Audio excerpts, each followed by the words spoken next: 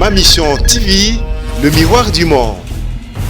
Conscience saison ni na podium karambala moto mona ki amati zaki bobenga ki ou be moko babindo me mutasenga ki amata na podium ensemble na le roi de forêt. Te yemoko to benga te yemoko eza matanga aki matanga pesa ngo invitation te aki matanga tanga moni orchestre na e oya beta ezo beta abino efona mata ozo orchestre na nga devant papa. J'espère que na ngiringi ce na rappelé dimanche autour de to beta na ngiringi au moins la présence ça déplique à matin podium habiter papa en tout cas lukuta mabete nde na zabo na ye na yoka ozo bete yango moni na ye te babindo maza mwana maison mais j'espère que on rassure le roi d'Afrique batu ba ebi a leader abimisi ba nebele. Donc c'est l'idée autour de Betali solo depuis histoire musique et banda oya bimisi ba nebele le loso kei na baba oke na ba boîte otambo na kisasa donc so vandi à car il y a 10 minutes il faut que tabana wera so bazobeta oyoka mondibo azobeta oyoka koto una fabricage oyoka koto bila zobeta oyoka koto munana donc c'est à dire que weranson bana tu barabana ya weranson donc c'est à dire que bango mo ne bazabana comme ba conscience na bango bando zonga qui était papa na biso asala ke le na minute to mona ba poto na minute to ma célèbre to ka ba $20 ba $50 ba $100 facilité donc bazo reconnaître que papa yewana wana za bénédict relation zaki ya mabe makasi zaki ya babindo me o batu ba ebi ketam suye pa fingaka ou bien ba critique ka ndem kile Martin omoni phénomène ya mamakanda ayebi bana tu babana azana tante ke o muta critiquer o muta sali ayebi ke bazabana bantu bazabana donc ezalora papa botibana so botibana 10 si olinga 9 otika moko te bantu bazabana donc c'est-à-dire weranson après apport na eto basali ba on a rédiami c'est normal donc ezana on a ndenge kuta polémique te eza apport ya mutu comme ça ko sala payer moi yembel papa le tout justice ata bolongo plainte me faut futa ba mandi na zompan mais yoko lo babon na tiki na ngai mais justice ku ne faut du ka ba mandi ba manda ngo ba futeli abimi. C'est-à-dire des lois de la forêt ici déjà à Tikaki comme à Sengai pardon à l'onglet Pente. Donc on a bimi où soit les rois de la forêt à Fungola qui est à Moutim. Ma mission TV, le miroir du monde. Bonjour mesdames et messieurs, bonjour encore à tous les Congolais de partout. Au Balanda Bissosiko na Ma Mission TV, chaîne à référence. Dans la République démocratique du Congo, donc Martin Engi, vitesse affisée sur la Likambo, Ndeneb Sabino toujours, Toluka Makambo, Potolar Sabino, les Congolais de tous les partout, au Bolanda Bisso, partout dans le monde. Donc Ma Mission TV est la chaîne à référence, Nenge Tolobara Lisso Likola Lisso, Lelo Martin Engi, vitesse affisée, Naluki Makambo, Ponalar Sabino, Nazulibino Lelo, Papi les Princes, il y a Wenge, musique à maison mère, il y a le roi de la forêt, Weranson, Bisso Tutuebi, Kalatepe formidable. Et Zobima déjà donc lelo torobet tali solo y a ba actualité ndenge to mesana toujours kolukela no poto la Sabino na Papi les Princes donc bonjour Papi les Princes. Ouais bonjour Martin. Bonne santé. Ouais santé pépère par la grâce de Dieu. Santé pépère par la grâce de Dieu bamsu balobara pépère de bamsu balobara bwe selon batuna batunde balobaka ba jar na bango ba terme na bango. Alors lelo Ma Mission TV tozio lisusuko ngana ebio vraiment oza combattant moko ya wenye musique à maison mère au défendaka weranson partout place aux ali donc boni santé il y a le roi de la forêt boni wenye musique à maison mère. Ouais merci en tout cas vatuna banda na rosalenga te opesa d'abord ba mbote na boss nanga bazolandanga donc mon président Nowen Ngama Makanda monsieur honorable bazotala biso ndira ka parler Weransonique na maman la biso maman si de jima mpata maman pasteur d'abord bon séjour na kata ya kisasa mingi zara ke obi actualité des dominé j'espère que la minute vraiment toza éprouvé parce que tout est ko perdre des baoba munene o batu ba ebi papa na biso lutumba na si vraiment les rois de la forêt arrêtent l'activité na surtout jusqu'à ce que to kunda papa lutumba en ne te répondre à l'activité j'espère que ça qui na yo la minute au corps c'est komaki déjà l'obésobima ils allaient exposer toujours dans quatre il y a palais du peuple et puis dimanche Tokyo Kundango mais entre temps biso pe na quatre il y a maison mère toujours sous et matanga moko na biso à la personne de Trésor Lumière ou à journaliste na biso ya Zamba a été copain de papa atika biso donc on a minute au pe corps et obima lobby vendredi poto kunda samedi et vous a exposé na pavillon 10 na Fikine donc y a moni ba tozaki vraiment un peu à revendre. Mais pour l'actualité, il y a un mouvement, j'espère que tozaki na déjà dans nous les jours arrivés à corps à Papa Lutumba. Alors, Papi les Princes, merci à trop. Donc, au PCPNA programme, surtout, Trésor Lumière OP a contribué trop, à salir trop. Faut biso tout aux alana pour Papa Azara, Papa Azara Moko, vraiment à beauté le lot à ticket. Donc, merci à trop. Alors, arrivé à corps à Papa Lutumba. Toka ke we ranson aloba ki azane dispo pour na beta ba concert ba activité tout ya Papa Lutumba to gena ke aéroport to mona ki vraiment corps et yaki parmi na organisation ou salama ki wana to mona we ranson de mutu beta concert na palais du peuple na arrivé à corps ya Papa Lutumba bataki sarkei pe wana na ebité message no kolo ba par rapport ya programme bataki we ranson wana en tout cas programme bataki phénomène Ngama Makanda, monsieur l'honorable, parce que moi le Papa Lutumba Tigibiso, en tout cas charge belé au pena et autres tika na ba musicien et autres singa pena donc à la personne de président Weranson le roi de la forêt à talano makam des autres nasima yango singa ke Weranson na beta tant au bandé sikawana j'espère mon agit corps tanguye et komi wana et telemi liboso ya podium. Et je suis tendance dans les oeufs capable c'est comme on dit Papa Lutumba qui mais il faut baler là toujours na kata loembo vous comprenez donc on dit le Papa Lutumba a tigi biso et puis ba âge Papa Lutumba comment il c'est pas donner n'importe qui va même bibliquement déjà 60 ans 70 ans déjà so il a muta le kango il faut opé sanzambe le kumu vous comprenez faut opé sanzambe le kumu Papa Lutumba kufi na 81 ans déjà que amoni ba koko na ba kokololo na déjà donc il est bien il y a moni ba Jocelyn Kasongo baï maram oyo donc moi yango senga siko to lele na loyembo siko nana rolela est-ce que jour arrivé zo senga siko yemoko phénomène Ngama Makanda, l'homme qui contrôle les territoires du royaume Congo, systématiquement d'être un pouvoir extraordinaire capable de guérir même les maladies. Il y en a Weranson, nous devons rencontrer Weranson étant la lumière de la musique africaine parce qu'il a emporté un coup de projecteur dans la musique. Tant on Martin, il faut apprécier l'homme à son époque à l'engatine condamnable. Mais quand nous allons combattre par des preuves tangibles, ça va signer. Mais quiconque châtie Weranson sera châtié par les inconnus. Dès qu'on n'a pas pu les points à Obima. Au moins, Sanka, Bimi, Roger, Sediko, est-ce qu'on a peine Joël Barça abi pona président Weranson na lingate buta simba zaki teke po asenga ki yemo beto bien na programme wana ndenge ba problème kende ba tchaki abeta na programme ba tchaki déjà ye e bongo ta muko ba yamba pende fo ba tchanani fo ba tchaka président Weranson fo ba tchanani fo ba tchaye moni pe corps et corbière et télémil bosso podium les rois de la forêt beta concert ba ministre bazala ki wana yango ba ekamusa ki batu asenga ki concert wana yemo ko luwa ki matoso bien ba bengisa ki abeta bilo to za organisation ya gouvernement parce que Papa Lutumba gouvernement te kundae dans les organisations surtout ba problème que ba biso qui était c'était prévu muto contrôle ka l'homme qui contrôle les territoires du royaume Congo yende abeta c'était président Noël Ngama Makanda yomo wenge musique to sala kiwana to yambi ko ya papa na loembo et facilité. Et s'il était passé qu'il y a 3 jours au Tozanango, il y a Robimalobi vendredi, samedi, Titoroma dimanche, Torbeta sous Bandoule. Donc c'est-à-dire que le roi de la forêt, il y a un bon activité.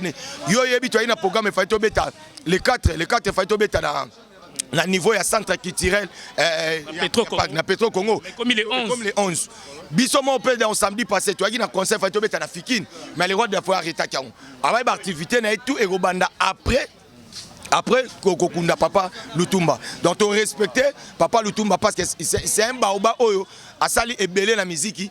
Donc président Weranson baza bana o bazaki na Papa Lutumba kitoko. Juste à la dernière minute que Papa Lutumba kufa na concert sur bana o ki ba monaki wenge musique à maison mais président Weranson azaki na podium. Donc c'est-à-dire que organisateur événement tala babi arrivé à corps ya Papa Lutumba. Ndenge zoya ezo senga muto a contrôlaka. Artiste le plus populaire. On a l'homme qui contrôle les territoires du royaume Congo, systématiquement d'être un pouvoir extraordinaire capable de guérir même les maladies.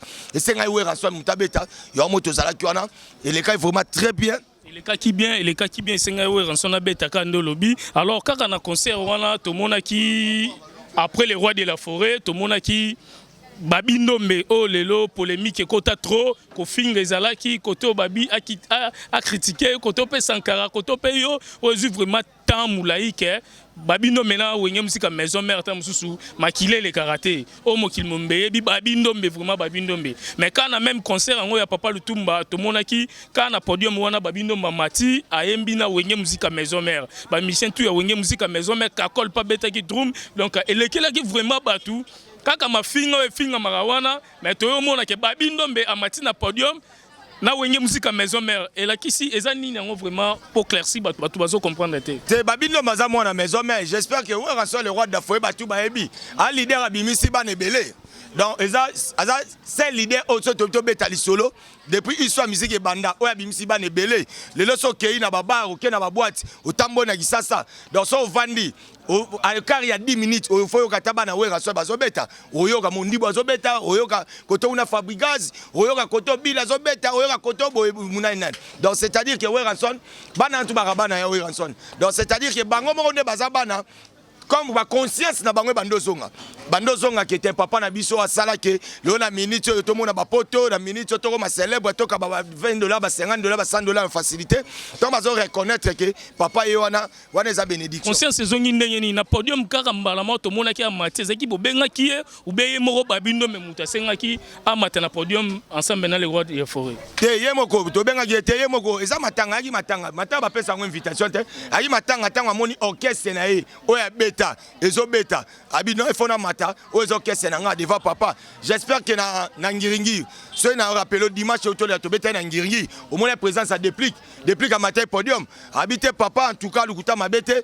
nde na zabo na ye na yoka ozo beta yango moni na ye ba gouverner to zaki na bango ba yebi donc c'est à dire que par rapport ce qu'il y a déplique na Babi Ndombe relation zaki ya mabe makase zaki ya Babi Ndombe oh batu ba yebi ketam su ye pa finga ka ou bien ba critique ka ndem kile Martin au moni phénomène ngama makanda ayebi bana tu bana azana tante que o muta critiquer o muta salibo ayebi ke bazabana bantu bazabana donc ezalora papo boti bana so boti bana 10 si o linga ne fotika moko te bantu bazabana atala bana bolongo okei donc bino mo so bokyo banda loba loba ka yo moko omoni faut poser na ba bénédiction bien ils ont pas surtout ni ataba ba jouer mosengo ba oyebisa o tuni ataba anelka muteba omona ta ba Hervé Swag ba ebi kende zaboye otuna ta ba Joël Barça donc wana pena ya ngai Joël Barça parce que ya mwana mikila ya kasa so talibote le roi 18 bébé na kata berceau désolé sake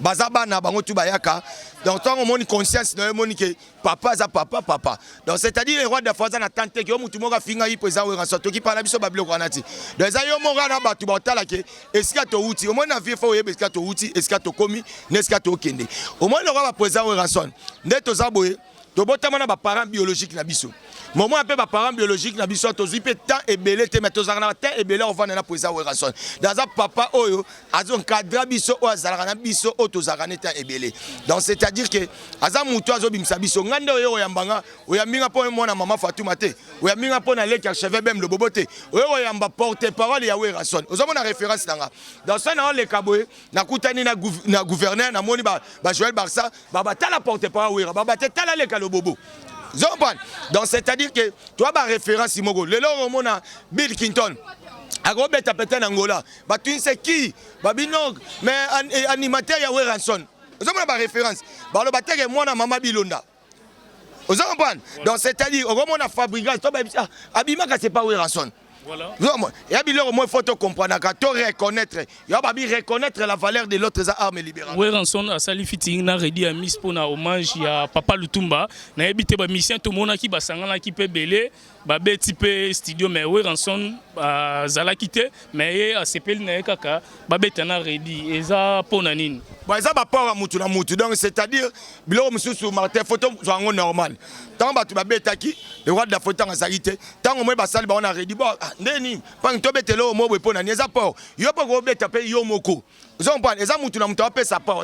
Par rapport à il y a des degrés d'affection aux ans on a papa Lutumba. Donc papa Lutumba za moutou oh azaki na bana nyonso tout bien. Papa Lutumba za moutou mo teke oh azalaki peut-être au solo na moutou te zo na moutou te. Vous comprenez? C'est ça d'exemple à suivre. Donc papa Lutumba na ke moutou amtazo na part na ye. Yo pe Martin de Zaboué au sacrifier tano nyoto na ozamata papa Lutumba pour ozo abelema. La preuve no ekozwanga. Donc c'est-à-dire ouais ranson à part na ye. Tant basali ba on a réduit c'est normal. Donc ça on a ndenge écoute polémique.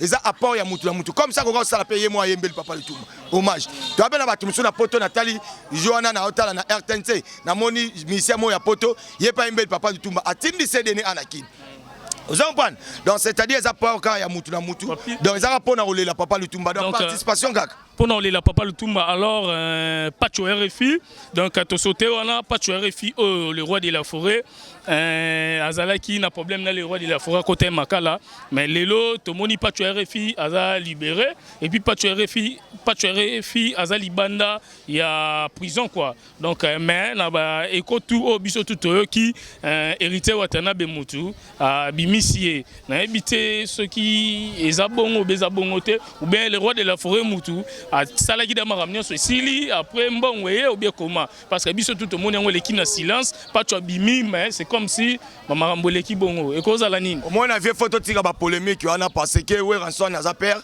Pacho RFI j'espère au moins que agafaki a déconagiti na tel point à komaki ko toucher voir même vie privée à présent ouais ranson j'espère il va tout ba yebi ko toucher na maman na biso maman passer si déjà même pata donc tant Pacho RFI à kangamaki a zui mbandonaye aye ozwa conscience ye moko asengi bolimbisi nasi bomona ba vidéo asaki à partir makala ya kosenga papa we ranson en tout cas limbisanga maman limbisanga voir même famille na ye ba parents na ye ba kenda tie pa we ranson ba mona ti frère Patrice asenga bolimbisi ndeka balobaka une faute avouée est à moitié pardonné et puis papa nabiso frère Patrice abi pardon za ame libéraka tant que si des asengi pardonne président we ranson maman si des jimam pata bayoki baza batamawa batiki ba en tout cas donc fini la récréation soga obima abima na tant yo ba obimisa yo ceux qui yo kangsenga selon justement nde ba yebi ngai okangisi ngai yo so longo li plainte mais wana za mamba justice ata bolongo li plainte me faut futa ba mandi na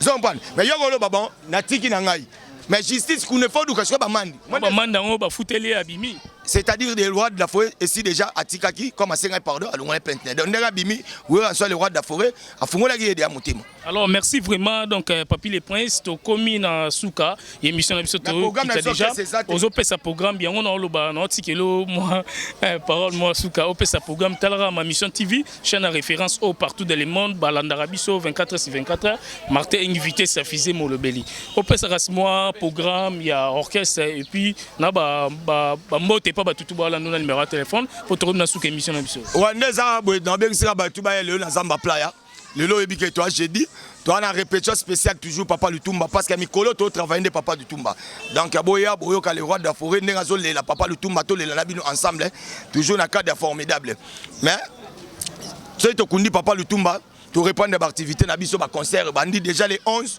to zabongo na centre culturel de la PAC et zabongo na machine à Peto Congo et sur demande na emoko les boss l'omombedi le baroba to zana donc bana machine à tozo yana donc boya to bina po biso to na tante rien le en tout cas ndeza boya to beta to sagi plein parce que moto ebi quand on parle du plein nous voyons directement oui ranson faire du plein c'est faire du oui ranson à toi ça l'événement sur simbi le bas que j'ai fait du oui ranson wana za na normal donc toi sur na tana terre le bas que to sagi plein to sagi bo ba ebi der et ça devoir ya oui ranson au sali fête na so simbi j'ai fait du oui ranson au beti concerne so monument batu ba j'ai fait du oui ranson au sali peut-être événement j'ai fait du oui ranson on ngande mutu babwa kinga libanga ce qu'on a formidable dans le ban yo pe en tout cas dans on minute on a grâce pour présent oui ranson na boy ngata niveau ba beti libanga ta niveau pour au boire na r ni na 2h52 na 2h52 bazo boka ta présent a raisonné na 2h52 na yati studio yo yati studio c'est-à-dire que j'ai fait du oui ranson et puis le 17 aux qu'on a village Ituku et pas MDD business Nanzoko.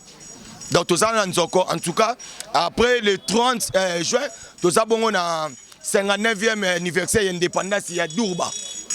Il y a Durba après yango to kembalama ba Zambie Tanzanie bazozela parce que en tout cas calendrier za moulaï de tolobai ba to répondre à activité normale mais minga ba to bazela formidable donc nazo epsaka ba fanatique o tout bazela formidable déjà kalaminte tozo bois kango déjà parce que to na biso de na suka le roi de la forêt a pesaki sous chance ndenga pesaki café ou ma pesaki Nicodème a bakisi le sous batimsu ba banzembu donc na minute chef na biso papi kakol a di na nzembu ba igo sente bana nzembu ba bikorine ba nzembu donc ba nzembu pene comme belé dans et longo single et comme na minute disque na minute formidable papi le prince na katayote batu ba sinale ngai par rapport ya dimanche outi koleka le roi de la forêt azaki pas pasteur Walesa pour nous ça la témoignage moko boyo batutu batali yango na TV azongi lisusu par rapport ya bamakamu susu et les cas qui batumsu balobi ke non passer Walesa lobaki ba prophétie pour na président de la République Félix Tshisekedi et puis le roi de la forêt pe aé pour na témoignage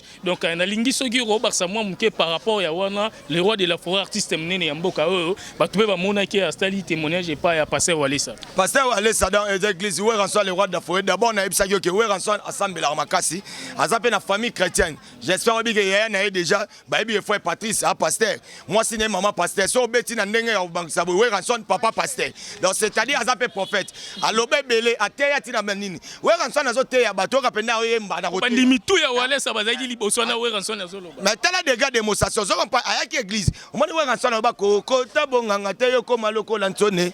Ko boma moto te no ko ma majorité plurielle. Ke bana bisimba simba no koko kende seni pepe. Toute autorité vient dédié et surtout comme itungi sakate na ranson désolé saké aza ateya déjà donc c'est-à-dire au monde bilo msubo ke na polémique te moni basa na nzambe to tinga kota mamba polémique na honte so we ranson na une église te aye ko sambela ndenge za mutu aye église so ça témoignage voit même biso ne zabo we ranson tanga ça na témoignage to ça la disque témoignage après avoir ko ça le miracle pas nzambe c'est ngane faut témoigner donc c'est-à-dire zo la saké témoignage ça peut-être makambu oyo nzamba salelio okoya témoigner pour nango ça n'a rien à voir donc on a tout épinglé pénate to kotango mingi kapona biso ke we ranson c'est un prophète parce que biso we ranson aza mutu bo so lobi likambe sala maka aloba na kisasa jour na obimsa disque na ki buisa pipa et za première fois na kati ya Congo butu ekota na kati ya guitare na tongo batu ba lata manette na ngwa mona honte alobi so na kisasa muko na bimsa la kelele et za première fois batu bazolo ka pe me comme ceinture et comme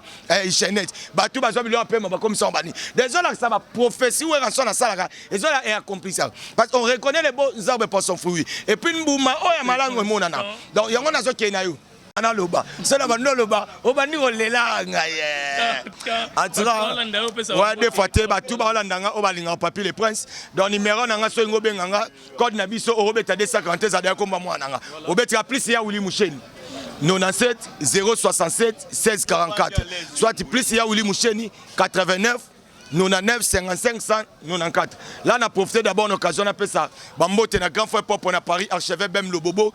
Donc, merci encore une fois d'archevêque. Opération Zéro Fénéa, toujours du bosso, ils ont fortifié. Il faut que ça, on ait marqué aux abos, ça, ça, au salaire. Tant au salaire, ils ont préparé déjà lobby nayo. Pensionné Zandeni. Ne babiso ba papi le pas au travail. Papi tu travailles tout. Je travaille chez le président Werrason, le phénomène et puis monsieur l'honorable député. Hein? Donc ils ont la sabon. Na pesi ba mbote na massa na nga kandi tu sevo tu semba ba kandi. Na pesi ba mbote na massa na nga basiman kinganda. Na remercier ya Willy Penzeme grand frère papa ya Willy Penzeme. Pourquoi pas na ya Willy opélé la MTT le Japon na kata dible. Na remercier honorable Lutumba. Oui honorable Lutumba ta la retour. Ouais, merci vraiment, honorable El Toumba à Paris. Donc, Martin a invité sa fille Naza toujours. Donc, WhatsApp. Et puis, président de la Lille Patala Romakas. Bambo Théâtre, président Bambo Théâtre. Président Golf Kizo la Tala Retour. La PC Bambo Théâtre, mais l'anglais le bébé. Les sapologues Ben Mouka Chatalako. Bambo Théâtre. Donc, c'est-à-dire, on appelle si Bambo Théâtre. On remercie encore une fois Jolivet Samba. On appelle si Bambo Théâtre na Blanche Quinoa. Moi, c'est Itoko, pourquoi pas na Claudine Liwala. Na Robo Sanaote. Et puis, on remercie le groupe Soutenaka. Président Abisso Werrason à niveau WhatsApp a commencé par les chanceliers de Werrason. Ils ont dirigé par le docteur Igmalongi. Titi quand il va faire des millions. Rachel Gina la poétesse. Zompan, tous les groupe logo les vrais Werrasoniques. Ils ont dirigé par le président le docteur Ridel Touka.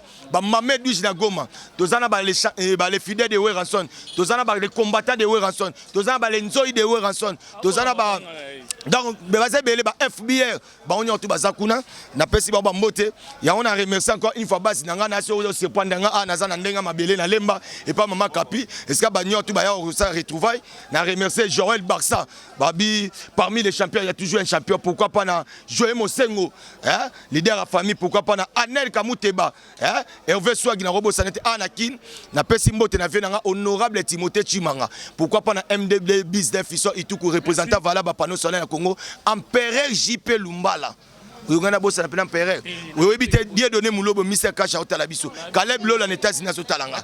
Zompan, Baselem Fumba au Talabiso. Merci. Patali Bisso déjà. Merci tout Mazo Talabiso. Patali Bisso déjà. Donc merci vraiment Papi le Prince donc Wenge Musique à Maison Mère. Merci na. Merci parce que yo mbinga né de Marc Maes Lucas na Felanda Lingaka. Ndenge vient na ngali kanaki na kata Autriche Lingaka. Merci na les rois de la forêt Kalaté formidable Ezoya mais tozana na dé Bisso tout ya Papa Lutumba déjà tokendaki aéroport international de Kinshasa tu es équipé les rois de la forêt abetaki concert donc merci à trop na batu tout vraiment tous les Papa Lutumba na bolingo nyonso po aza papa wa sali trop na monde na musique apesi ba conseil ndenge na ndenge. Merci à trop na Karsha Sadik na Finlande, Eric Kazana na Finlande, Karine Chamba na France a outil déjà France a komaki déjà lobby na 19h na kata Kinshasa le lopé non ça après mission donc moi na France déjà na kata Kinshasa. Merci à trop na Général Ngando les crocodiles na kata Londres maman Général Ngando na 6 semaines eza semaine ngai donc ba na Londres nyonso bolanda Martin vitesse affiché na zana pour no sepel sabino. Merci donc Nabatutu. Alors merci vraiment donc na Mosala Nzamba solo donc Mosala Nzamba solo Papi Kumbi na kati ya Turquie donc Mosala Nzambe vraiment vraiment azo sakola maloba Nzambe partout dans le monde ba la biso donc Papi Kumbi na kati ya Turquie. Merci vraiment ya trop na Bibi Daddy na kati ya Lemba monso kangi vraiment Lemba mobimba tozane vraiment awa. Merci na Richard Kapugu réalisateur à Makas na ma mission TV. Martin invité sa fusée sur la Likambo. Toroke na bino ka bongo. Bye. Ma mission TV, le miroir du monde.